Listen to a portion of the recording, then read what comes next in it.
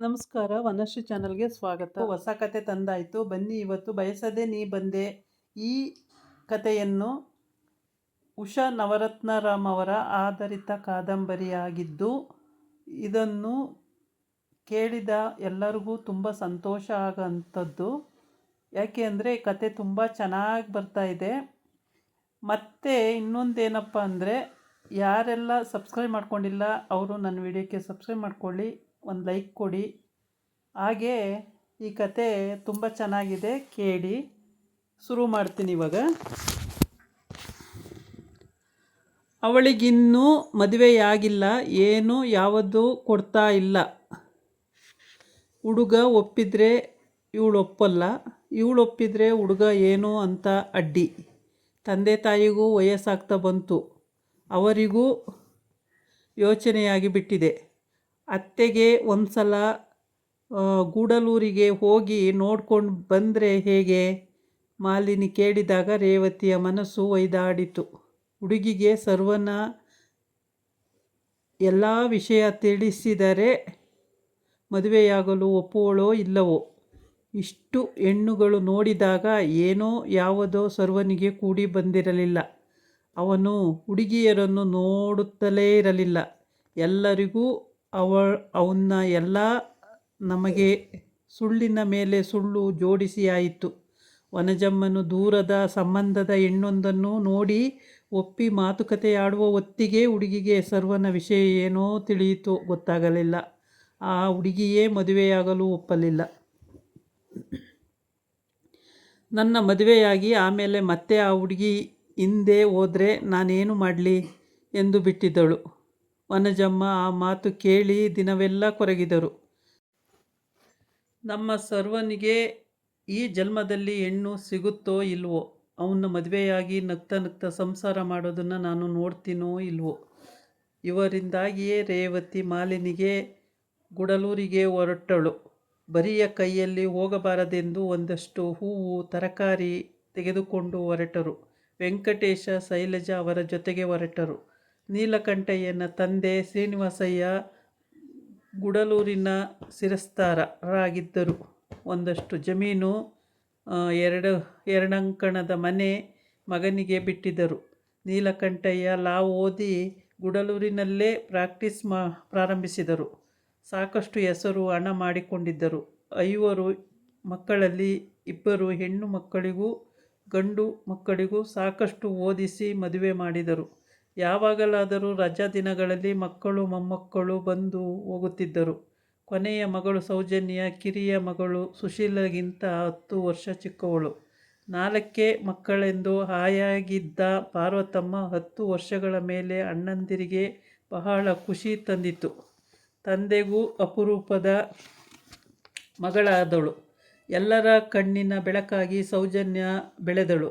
ಅಣ್ಣ, ಅತ್ತಿಗೆ, ಅಕ್ಕ, ಭಾವ ಇವರುಗಳ ಒತ್ತಾಸೆಯಿಂದಾಗಿ ಪಾರ್ವತಮ್ಮ ಓದು ಸಾಕೆಂದು BA ಮುಗಿದ ತಕ್ಷಣ ಮದುವೆಗಾಗಿ ಗಂಡು ಹುಡುಕತೊಡಗಿದಾಗ ಸೌಜನ್ಯ ತಾನು ಸ್ನಾತಕೋತ್ತರದ ಓದಿಗೆ ಅಡಿಯಿಟ್ಟಳು. MA ಮಾಡಿ ಮುಗಿಸಿದಳು. ಎಲ್ಲರೂ ಅವಳಿಗಾಗಿ ಅವಳಿಗೆ ಸರಿಯಾದ ವರ ಹುಡುಕಿ ವಿಫಲರಾದರು. ಪಾರ್ವತಮ್ಮನಿಗೆ ಎಲ್ಲರ ಮುಂದೆ ದೂರಿತ್ತರು. ನಾನು ಬೇಡ ಬೇಡ ಅಂದರೆ ಕೇಳದೆ MA ಓದಿಸಿದ್ರು. ಈಗಲೂ ಅವಳಿಗೆ ಒಂದು ಗಂಡು ಸರಿ ಹೋಗ್ತಾ ಇಲ್ಲ. ಅವಳಿಗಾಗಿ ಗಂಡು ಹುಡುಕಿದ್ದಾರೋ ಇಲ್ವೋ? ತಾಳ್ಮೆ ಪಾರು, ಬ್ರಹ್ಮಗಂಟನ್ನು ಯಾರೂ ತಪ್ಪಿಸೋಕ್ಕಾಗಲ್ಲ. ಎಲ್ಲಿ ಋಣ ಇದೆಯೋ ಏನೋ. ಕಾಲ ಕೂಡಿ ಬಂದರೆ ಅವರೇ ಹುಡುಕಿಕೊಂಡು ಬಂದು ನಮ್ಮ ಸೌಜನ್ಯನ ಮದುವೆ ಮಾಡ್ಕೊಂಡು ಹೋಗ್ತಾರೆ. ನೀಲಕಂಠಯ್ಯ ಹೆಂಡತಿಗೆ ಸಮಾಧಾನ ಹೇಳುತ್ತಿದ್ದರು. ಅವರು ಹೇಳಿದಂತೆಯೇ ಸುಶೀಲ ಸರ್ವದಮನನ ವಿಷಯ ಬರೆದಾಗ ಪಾರ್ವತಮ್ಮ ದೇವರಿಗೆ ದೀಪ ಹಚ್ಚಿ ಕೈ ಮುಗಿದರು. ಭಗವಂತ, ಈ ಸಲವಾದರೂ ನನ್ನ ಮಗಳಿಗೆ ಕಂಕಣ ಕೂಡಿ ಬರಲಿ. ನನ್ನ ಕೊನೆ ಉಸಿರಿರುವವರೆಗೂ ನಿನಗೆ ತುಪ್ಪದ ದೀಪ ಹಚ್ತೀನಿ. ಸೌಜನ್ಯ ಹೆಸರಿಗೆ ತಕ್ಕಂತಿದ್ದಳು. ಹೆಚ್ಚು ಎತ್ತರವೂ ಇಲ್ಲ, ಕುಳ್ಳೂ ಅಲ್ಲ. ಸಮನಾದ ಕೆತ್ತಿದ ಮೈಮಾಟ, ಆರೋಗ್ಯ ಸೂಸುವ ಎಣೆಗೆಂಪು ಮೈಬಣ್ಣ, ತಿದ್ದಿದಂತಹ ಮುಖದಲ್ಲಿ ಎಲ್ಲಿ ಕಾಣುತ್ತಿದ್ದುದು ಅವಳ ಬೊಗಸೆ ಕಣ್ಣುಗಳು, ಸೌಮ್ಯ ಸರಳತೆಗಳ ಒಕ್ಕೂಟ. ಹೆಚ್ಚು ಅಲಂಕಾರವಿಲ್ಲದೆ ನೀರಿನಲ್ಲಿ ಬೆಸಿಲಿಗೆ ನೆಲನಳಿಸುವ ನೈದಿಲೆಯಂತಿದ್ದ ಅವಳ ಮುಖ ರೇವತಿಗೆ ತುಂಬ ಹಿಡಿಸಿತು. ಮಿತವಾದ ಮಾತು, ಹಿತಮಿತ ನಡೆನುಡಿ ಕಂಡು ಅವಳಿಗೆ ಸರ್ವದಮನನ್ನು ಬಗ್ಗಿಸಲು ಇವಳು ಸರಿ ಎನಿಸಿತು. ನಮಗೇನು ಹುಡುಗಿ ತುಂಬ ಹಿಡಿಸಿತು, ನೀವು ಒಂದು ಸಲ ನಮ್ಮನೆಗೂ ಕರೆದುಕೊಂಡು ಬಂದು ತೋರಿಸಿ ನಮ್ಮ ತಾಯಿ ನೋಡಿಬಿಡ್ಲಿ. ಮಾಲಿನಿ ಒಂದಿಗೆ ಮಾತನಾಡುತ್ತಿದ್ದ ಸೌಜನ್ಯ ರೇವತಿಯತ್ತ ನೋಡಿದಳು. ತಾಯಿ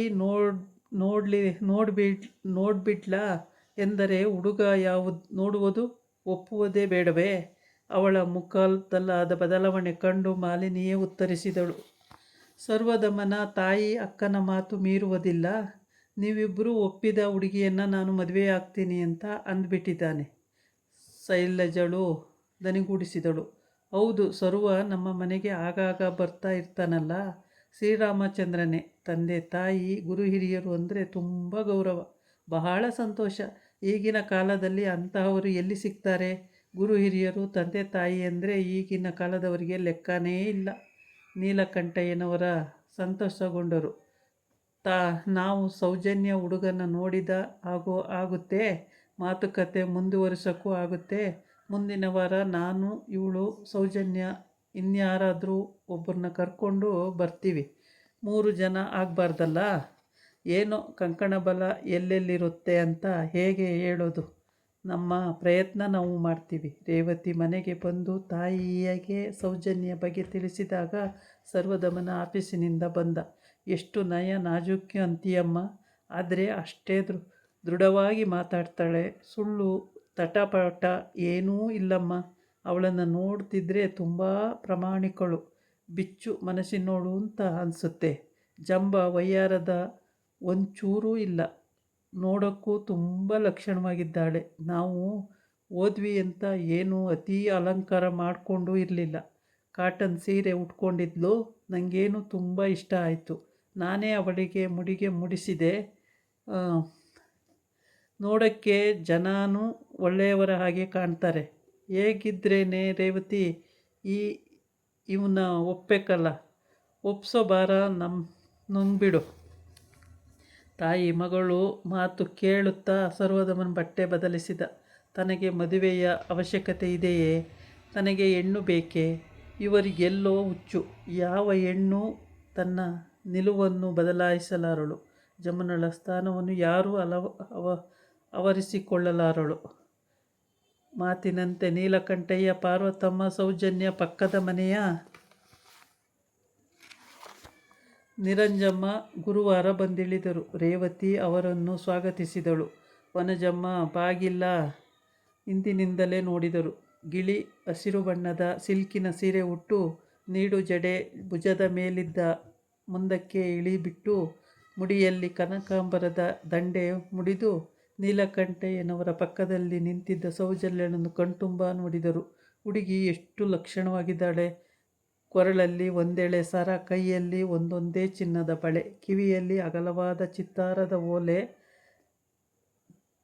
ಮೂಗಿನಲ್ಲಿ ನತ್ತು, ಚಿನ್ನದ ನತ್ತು. ಅವಳ ಮೈಮೇಲೆ ಚಿನ್ನ ಎಷ್ಟು ಎತ್ತಿ ಕಾಣುತ್ತದೆ. ನಮ್ಮ ಅಜ್ಜಿ ಹೇಳುತ್ತಿರಲಿಲ್ಲವೇ, ಚಿನ್ನ ಮೈಮೇಲೆ ಎತ್ತಿ ಕಾಣುವ ಹಾಗೆ ಸೇರಿದ ಮನೆ ಉದ್ಧಾರ ಮಾಡ್ತಾಳೆ ಎಂದು. ಬನ್ನಿ ಬನ್ನಿ, ರೇವತಿ ಒಳಗೆ ಕರೆದರು. ಮಾಲಿನಿಯೂ ಬಂದಿದ್ದಳು. ವನಜಮ್ಮ ಕೈ ಮುಗಿದರು. ಬನ್ನಿ ಕೂತ್ಕೊಳ್ಳಿ, ಇವರೇ ನಮ್ಮ ತಾಯಿ. ರೇವತಿ ಪರಿಚಯಿಸಿದಳು.